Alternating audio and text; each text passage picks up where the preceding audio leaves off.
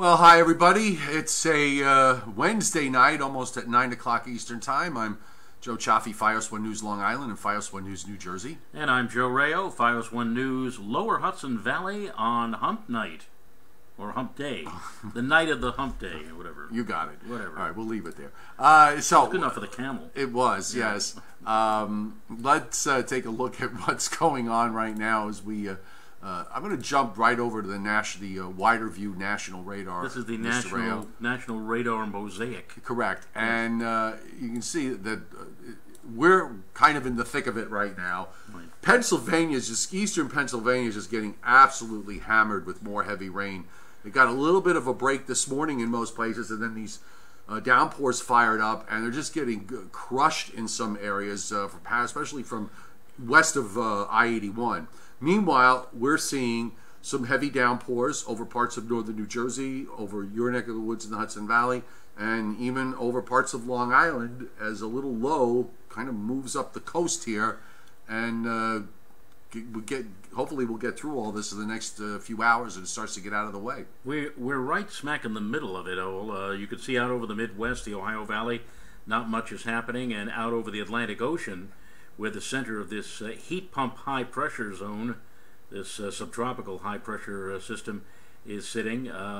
Basically fair, dry weather with nary a cloud to be found out there, but we're right smack in the middle of this muggy south to north airflow with embedded showers, showery rains, thunderstorms, and we're going to remain in this pattern, Joe, probably for at least another couple of more days. We'll have to wait until probably a second weather front moves in from the west to push all of this out, and unfortunately that front may be accompanied by its own share of showers and big storms on Friday. Right, here's the Fort Dix radar, and looks like as of 9 o'clock there are some, it looks like there might be a thunderstorm riding right up the Jersey coast, that little blop of yellow there, yeah. Moving almost straight northward, and that arc that extends that arc of precip that extends out to the east, that's on the northern edge of what is a very small but somewhat potent little low pressure center that is moving northward up the New Jersey coast. All the models seem to have picked up on this overnight and today, and I think when that reaches New York City and Long Island in about another hour or so, there could be a few interesting little thunderstorms in that little arc. Yeah, the gusty, strong storms, and it's moving at a pretty good clip. Of course, you take into account the forward motion of these things, and that helps to energize the winds. And all I could say is, you mentioned how eastern Pennsylvania is getting hit. This is almost like for the entire tri-state area. We're kind of like a boxer that's on the ropes right now and getting pounded away by like Joe Frazier or somebody. Well, here's the I switched views here now. I moved to Upton so we could see it from the perspective of central Long Island. Big cells just moved off Long Island, Suffolk County into Long Island Sound, and now moving into southwestern Connecticut, around Bridgeport. Right around Bridgeport. Yeah. There's that cell that's riding up along Ocean County, moving straight north, probably headed for Sandy Hook before too long. And then you've got some heavy downpours across much of northern New Jersey and into areas of the Hudson Valley. It looks like more west of the Hudson right now than east of the Hudson. Well, yeah. In fact, Orange County has been under a warning. It expired. Yeah, it did expire a little while ago, a few minutes ago, for flash flooding, and that was extended from like 5 or 6 o'clock this afternoon to 9 o'clock this evening. So yeah, the further west you go, the more significant the wet weather has been, and that particular view here, I guess, what is that? This is rainfall total since Saturday. Right. And I'm going to take you around a few places because some of this stuff is really impressive. The reds on the New York radar view are all at least 3.5 inches. Okay, the green would be at least half an inch. So you get to the darker greens, you're talking about an inch. But if you look at the yellows and reds, that's all 2 inches plus. So you can see where the bulk of the heavy rain has been so far, and that's in the northern half of New Jersey. Hi, Robert. Hello. Can we do weather in a few minutes, Joe? He is in? Yes. Oh. Okay. All right. All right, we'll move it along here. But I just want to show you, Joe, as we go out to the west. We'll go down to Philadelphia. Okay, now they, of course, have switched back to the... This is just from today. Right. So I'm hoping that the Pennsylvania one is still up from earlier. All right, this is central and western Pennsylvania. So the red, again, all 3 inches or more. I got to go east one. Here we go. This is the one. This is the Binghamton... I'm sorry, this is State College, Pennsylvania. So this covers almost the whole state. Right. That red area is all 5 inches or more. And the purple, because there are some purples in there, 10 inches or more of rain since Saturday, just north of Harrisburg. So this has, been rather devastating. The boxes you see, those are the flash flood warnings that are up right now because of what is actually still on the radar, and that's this big band of heavy rain that is sweeping across eastern PA. Yeah, it's almost reminiscent of what we saw, and those of us of a certain age may remember this, back in June of 1972, Hurricane Agnes, which pretty much came to a grinding halt with all of her tropical moisture over New York State and Pennsylvania, and there were places that were devastated by the tremendous amounts of rainfall. I'm not saying this is the equivalent of Agnes, but it certainly is a reminder of what can happen when systems move very slowly, and this particular system has just been moving at a snail's pace, south to north, and a lot of training. In other words, if you happen to be near or along one of these bands, the rain just keeps coming and coming and coming, and it seems like that zone in particular has been over, again, eastern or east central Pennsylvania, where we've seen all those yellows, oranges, and reds. Why don't you go take care of your weathers? Oh. In the meantime, I'll do a few, take a few questions and then come back. And assuming I'm still here, because I may run away with the Joe and Joe show right now. Hang on one second, folks. I'm going to come back to the board at least to get some of your comments. By the way, welcome to everybody who's on board tonight. Good to see everyone here. How does next week look? Heard about a rainy week for Lebanon County, Pennsylvania. Derek Rentschler, I think you're going to get a break this weekend, but the pattern does get wet again for the first part of next week. Maybe not to the same extreme of what we were seeing now, but it does get wet as we go into the longer term. Long Island for Saturday, Brianna, Danielle, I think you're going to be okay this Saturday, so not to worry. I'm thinking that the weekend's going to be fairly dry and reasonable.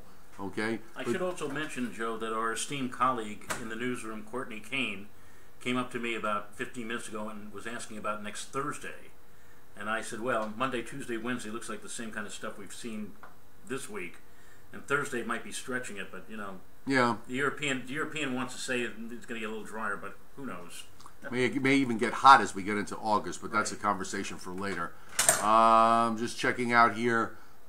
Thanks, Frank Antinarella.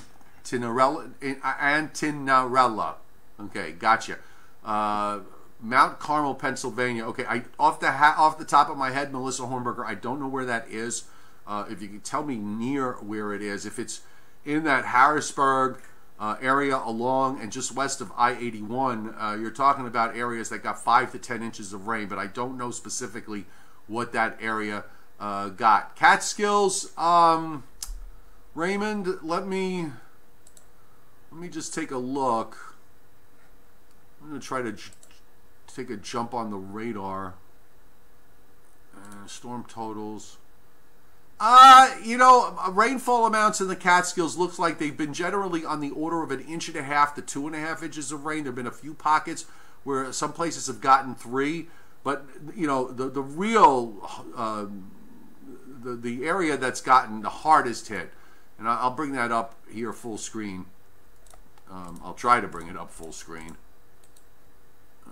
Hang on. Go. So this is based on the Doppler. So the white area is 8 inches or more.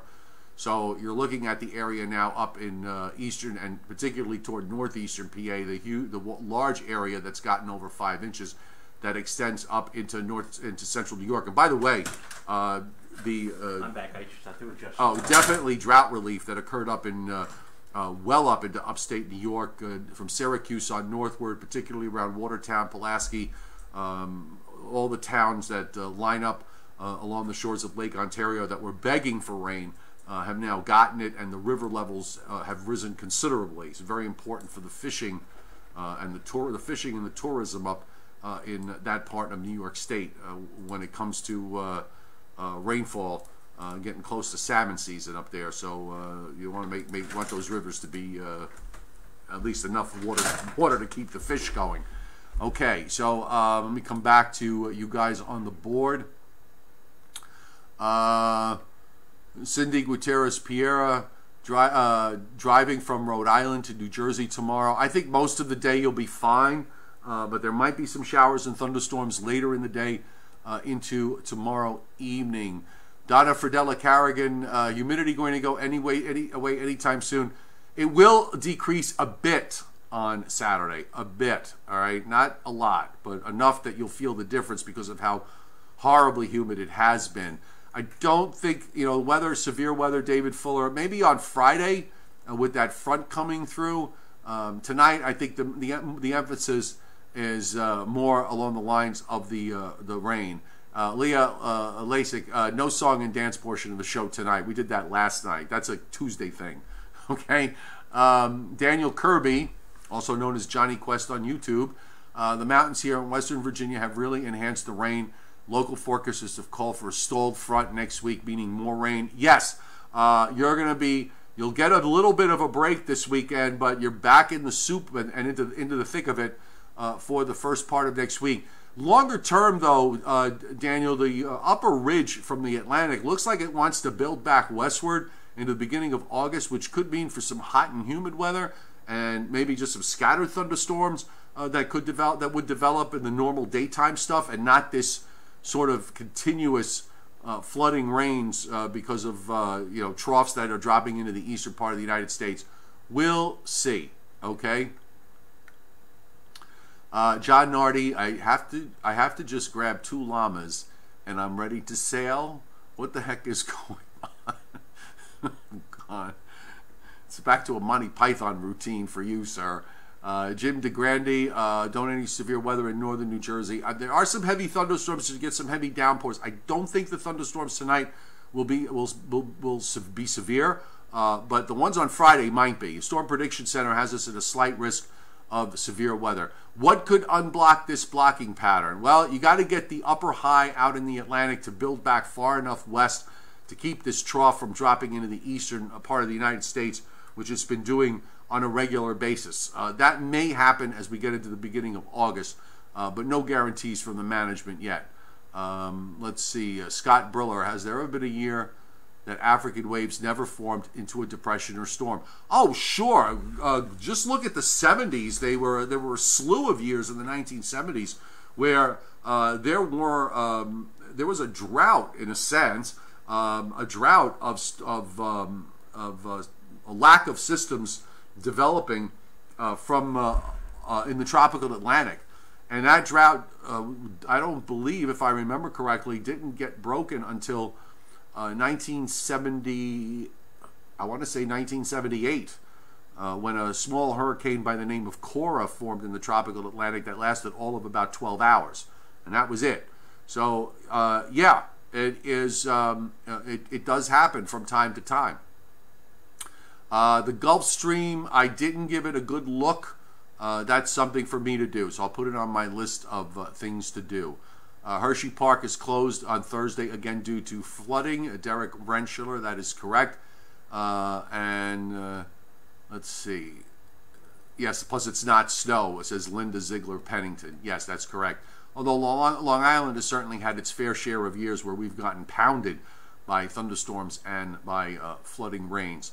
This not being one of those years, and in fact probably the last 3 or 4 years have not been doing much as far as thunderstorms are concerned. You have to really kind of go back, I think, to August, maybe of August 13, when we had that that humongous rain that fell at the very beginning of August as a result of a strong upper air disturbance and an absolutely powerhouse southeast flow with a ton of tropical moisture that dumped 13 inches of rain in like 5 hours I think that still stands as in some places the 24-hour rainfall record.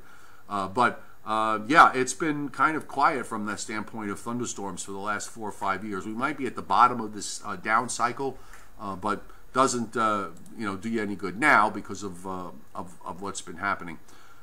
Waiting for Joe Rayo to finish up. He's updating his FiOS 1 News Hudson Valley weather. I'm going to have to go in a moment and update FiOS 1 News Long Island and FiOS 1 News New Jersey. Let me just tell you, as far as the forecast for tomorrow, I think we're probably going to see the threat for a shower or a thunderstorm late in the day, but the activity won't be as widespread as what we're seeing at the moment. Friday, late in the afternoon and evening, cold front comes through with a good chance that we could see some strong thunderstorms. The temperatures both tomorrow and Friday, I think we'll have a little bit more sun the next 2 days, certainly Friday, and that should boost temperatures up well into the 80s. Might even get close to 90 on Friday in some places. Then we get that front to go by, possibly some strong thunderstorms in the late afternoon and evening. And then the weekend, I think, looks okay. Sunshine and some clouds, temperatures mostly in the 80s, but the humidity is going to be, it's not going to be like what we saw with some of those cool, dry air masses that have come down, but you can expect that the humidity level will drop down to a level that would be a bit more comfortable.